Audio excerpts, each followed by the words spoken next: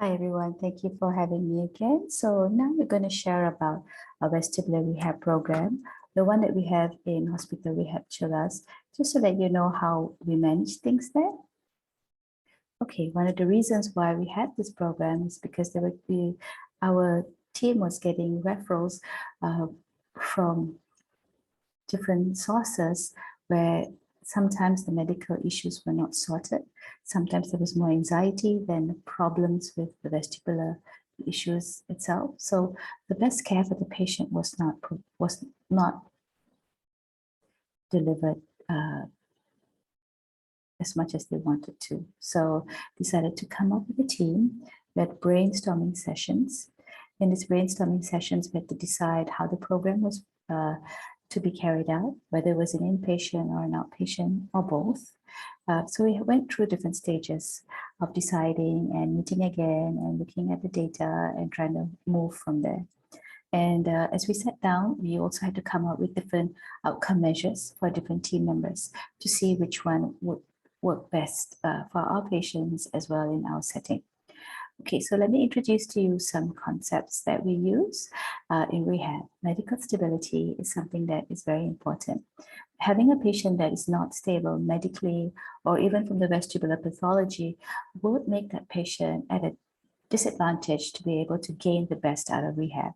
Plus, it will not allow the patient to be safe when he's performing his physiotherapy or even occupational therapy. So this will put them at a very bad disadvantage. So a patient needs to have a stable vestibular pathology, something that is not progressing too fast, and also comorbidities that comes along with the patients, like uncontrolled blood pressure or chest pains or blood pressure medications, which may interfere and cause dizziness itself.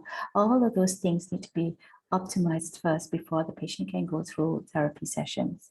Now, rehab readiness is another word that we use in rehab, where the patient has the ability to participate in therapy for 1 or 2 hours per day or as needed, okay? They have to be active, has to be cognitively there to understand instructions and to be able to carry it out, okay? So there's no point if somebody who's so much of fatigue or who's unable to focus, who's under bed most of the time and unable to obey commands, it's just no point putting them through this. Okay. So the indications for our programs, quite straightforward: any stable vestibular pathology and a patient that has no other comorbidities that are well taken care of.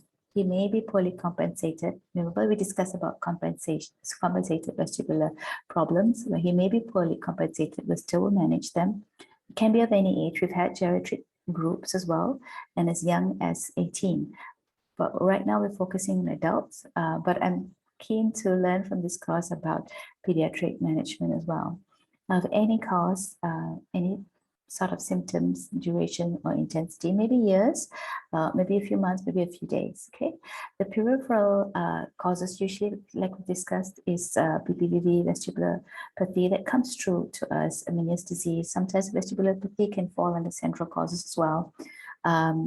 And we have had patients with cerebellar spinal ataxia, which it is a progressive disorder, but they stabilize every year or two, they stabilize every year or two, they stabilize. So we try and maintain them to the best possible for their dizziness at that level of functioning, okay? And acoustic tumors. So acoustic tumors can be either peripheral or central or any other tumors. Yeah. So we've had patients who've had persistent postural perceptual disorders as well, vestibular migraine or predominant anxiety component. We've had those as well. Okay, so like I said, assessment tools, outcome measures are very important for any rehab team. So the audiology team decided to go with Dizziness, Handicap, inventory. They already had a few things that in their possession, which you already probably listened to in previous lectures in this course: vestibular nystagmogram, rotational chairs, color testings, and optokinetics and VHITs. So they were at a good advantage to have all of this at their disposal. Physiotherapy team, like in our previous lecture, we talked about work balance test and dynamic gait index. So they came up with this as their outcome measures and motion sensitivity, and at their disposal, they had a computerized dynamic posturography, and they would analyze the gait as well. And as a medical team, we would carry out investigations that need to be done. Sometimes we would actually order a CT or carry out some medical investigations, or we might have to send the patient back to the primary team to carry these things out. Okay, so we would do the usual CNS examinations, including cerebral signs, Romberg's, Sharpen, Romberg's, Fukuda's, and some of the maneuvers. Okay, so just to give you an idea, in case it's not covered, is a dizziness handicap inventory. So you can see the 3 components to it. There's the physical, emotional, and functional. So, and they have all got their own number, and they have a maximum score of 100. The worst they can feel is 100, which is always scores 4 for each question. Sometimes it's 2 and no, it's 0, right? So if you look at the questions, you have P1, which is physical. Does looking up increase your problem? So we will know if it's 4, then it's more of a physical problem. So it's a subjective assessment, but trying to make it more objective. Emotional, does your problem cause you to feel frustrated? Sometimes if you do the BNG and it's not so bad, or all the testing and it's actually not so bad, but the emotional component is more, then you know you might have to tackle the emotional component at the same time. Okay, functional, again, you want to know what they can and cannot do because of these impairments that they have. Okay, so the referrals that come through to us are usually from different team members or different physicians, like the ORL surgeons, the rehab team members, other rehab teams like neuro rehab would usually refer, and spinal rehab teams as well. GPs have referred from the clinic Siatans and neurologists as well. So we have 2 types of program. We have the inpatient and we have the outpatient. We have evolved over some months and a year or 2 to decide that sometimes some patients require an inpatient, mainly because the inpatient is a 2-week intensive stay. So they can focus on physio almost every day with audiology as well for 5 days per week. And sometimes we need to stretch it for 3 weeks. We might have to do that for that patient.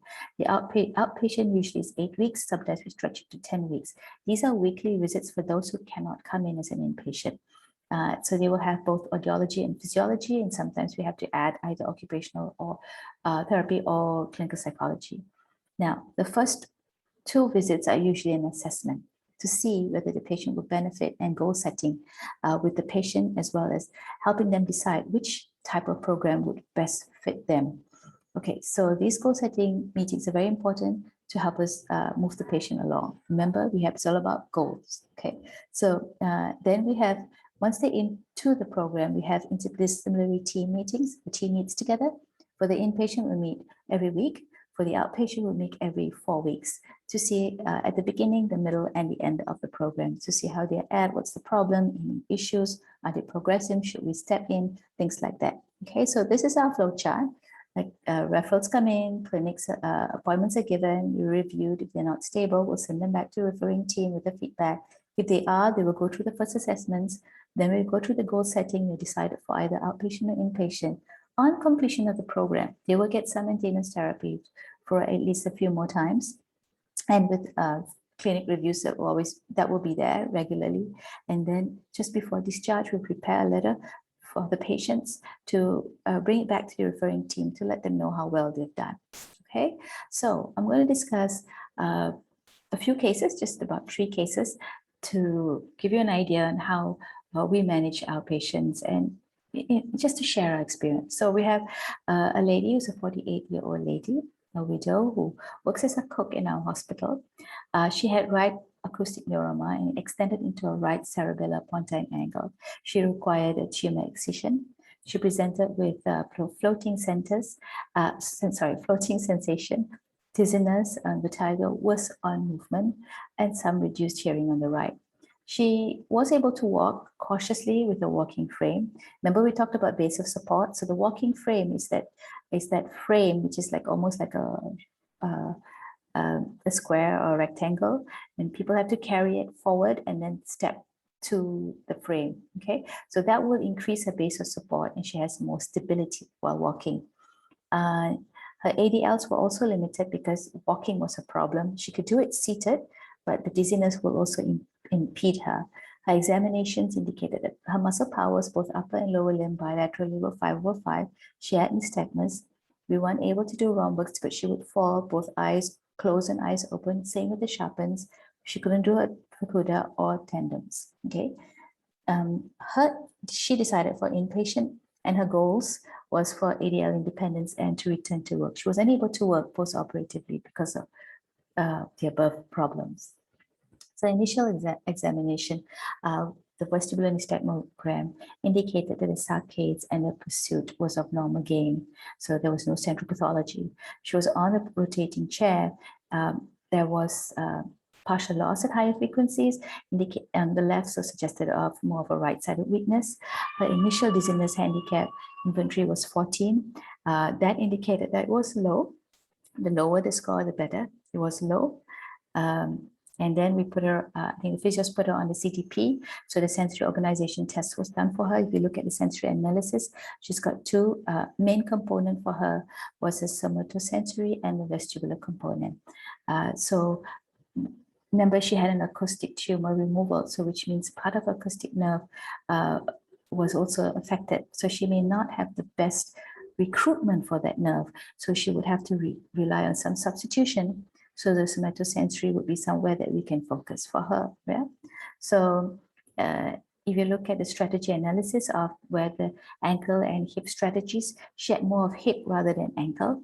And her center of gravity was to the right and a bit posterior. She sways to the right and posterior. Okay, so a motion sensitivity test that was done was mild. It was about 5, and the positions that was a challenge for her that took time was lying, getting up from sitting to supine to sitting, and then from sitting, doing a bit of dynamic balance where she needs to bend forward either to right or to left and sit up again was a problem for her. Okay, so putting shoes, putting on her pants or her lower garments was a problem for her.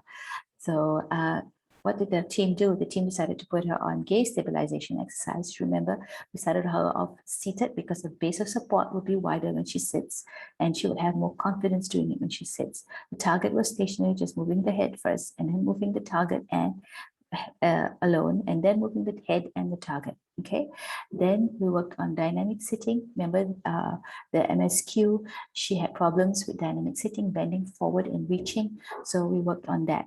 And then we started her on walking.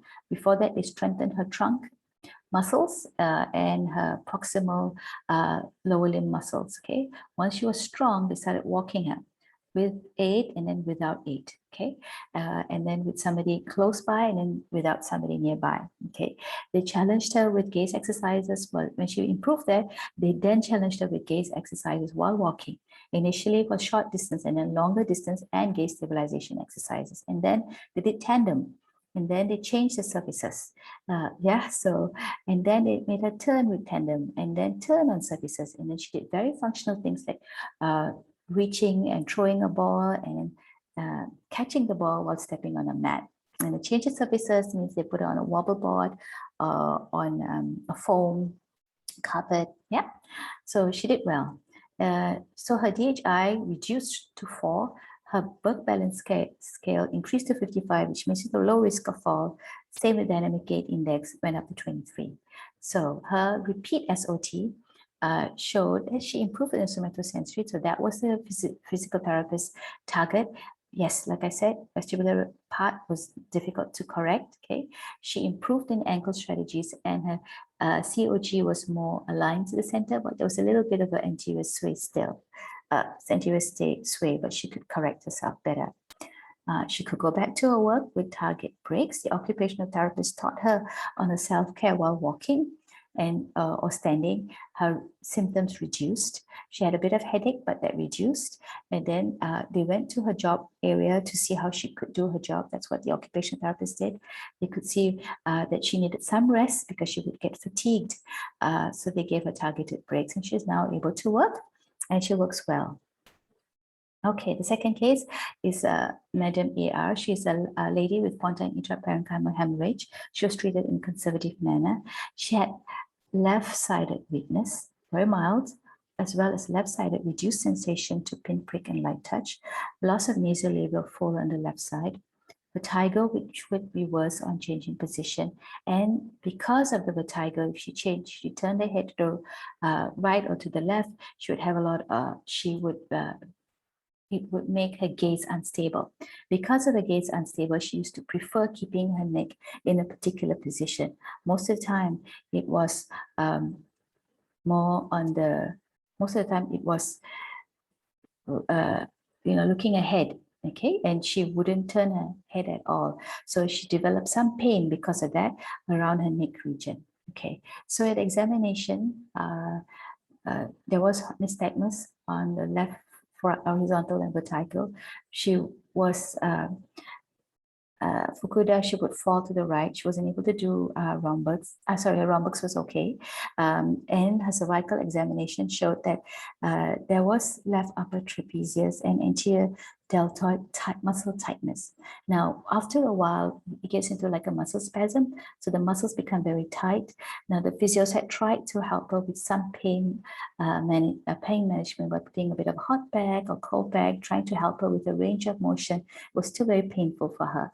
And also some mobilization, but they couldn't. So then we managed to isolate that she had trigger points, and they even realized that she had trigger points, which means all in these bunched up muscles would bunch up. And there will be one area which is very painful, one point which is very painful. When you press it, it'll be tender and it will cause a referred pain somewhere else. And these can cause headaches as well. Okay, because of these bunched up spasm-like muscles, she had reduced range of motion in her shoulder as well as in her neck. So she couldn't turn it, and her shoulder, she lifted it, it was still painful for her. Okay, so her goals were, her function at that point was she was independent but limited because of her neck mobility and dizziness. She was also an inpatient. She hoped to improve her ADLs and improve the pain around her neck. So her assessment in VNG showed that she had abnormal smooth pursuit. Rotational chair was also abnormal. Her V-hit was normal. So there was no peripheral canal. Any other canals, all of them were normal. Okay, so the SOT for her showed more of a somatosensory, mainly because of her stroke. She had ankle strategies, and her center of gravity was interior and in center. Okay, so the first thing we did was get her to do some amount of exercises, but before that, to get her better participating in VRP, we had to do a bit of dry needling. So our colleagues in the MS musculoskeletal rehab team came in and did what we call as dry needling. So they found that trigger point we were talking about in that bunched up muscles. We put in a needle as thin as an acupuncture needle just to break the spasm. And that really helped her in her pain management. And she only required a bit of Panadol before this, and then we were able to stop it. She improved in the range of motion. She was able to move her neck very well, as well as in her shoulder. And the physio touched it up a bit more. And because of that, she was able to do a gaze stabilization exercises. And with the neck moving better, her VOR exercises were more efficient for her. So we also focused on her tandem, how her turning while she was walking, her tandem walking and head turning. We did all of that. We also strengthened her weaker side, and because her weaker side became stronger, she was also able to manage her endurance. Her sitting and standing balance also improved. Because that improved, she improved in her ADL's function.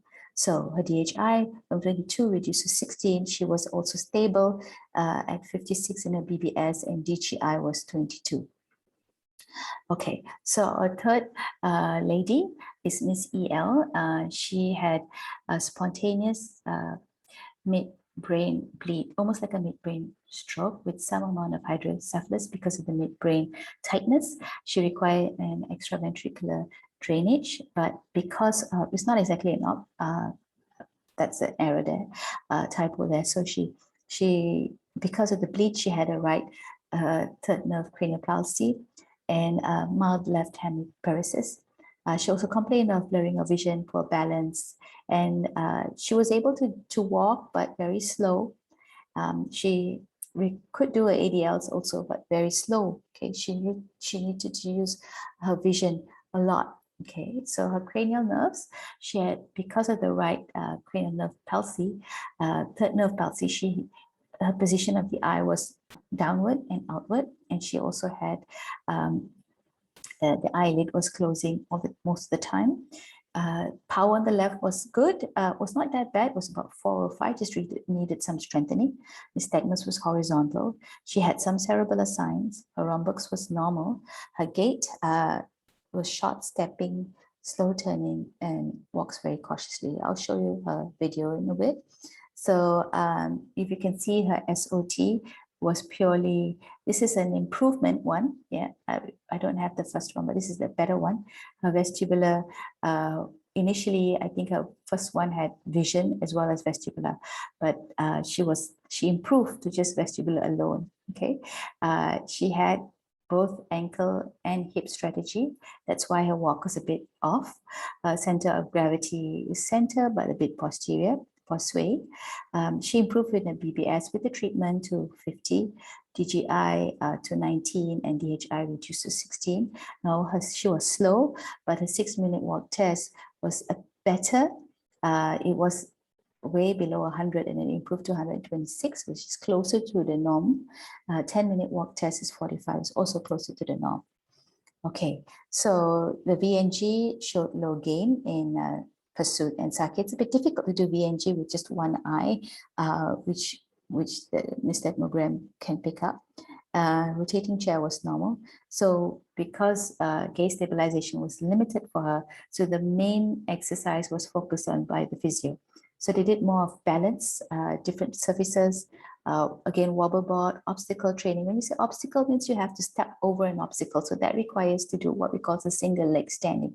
When you stand on one leg, that makes you unstable. It shifts your center of gravity. Okay, and they also focused on her gait training. So they worked on strengthening her lower limb, which includes her quadriceps as well as hip muscles and her trunk. And remember, we talked about different surfaces. So they worked on a somatosensory so that it would sort of like substitute for her vestibular component. And she improved in these areas. Okay. Now this is her first video when she first came in. I walked you through this. Okay. So my nurse is a bit afraid that she would fall, walks with her. You can see the turning took many, many steps. You can see that she's dragging her feet a little bit. Yes, a little bit of weakness, yes, but that's a somatosensory component. So that she feels her foot on the floor and she would, that feedback from the proprioception helps her. Now, if you look at her, so that's a gait assessment. When you look from behind, now you're looking from forward. You can see her eye. One eye is closed, that's the right, and she's always looking down. She's got a lot of vision dependency. Okay, yeah, she's looking down. She uses her proprioception as a feedback, and she also, yeah, so you can see that there's no ankle strategy in. There's a lot of hip. You can see she's swaying a little bit. Yeah, yeah. Okay. Yeah, you got a picture of her eyes, right? Yeah, so she can't really do the gaze stabilization quite well there, or the nystagmogram may be a little bit impaired from giving the best result. Okay, so this is her almost at the end of her program. You can see she's not per normal, but much better. Okay, I'll walk you through this as well. See her turning's a lot faster. Okay. She does drag her feet still, but there is some lifting. She now looks up, her posture's a lot better. She's able to talk and walk, multitask, talk and walk. She doesn't have to concentrate anymore. There's more arm swinging.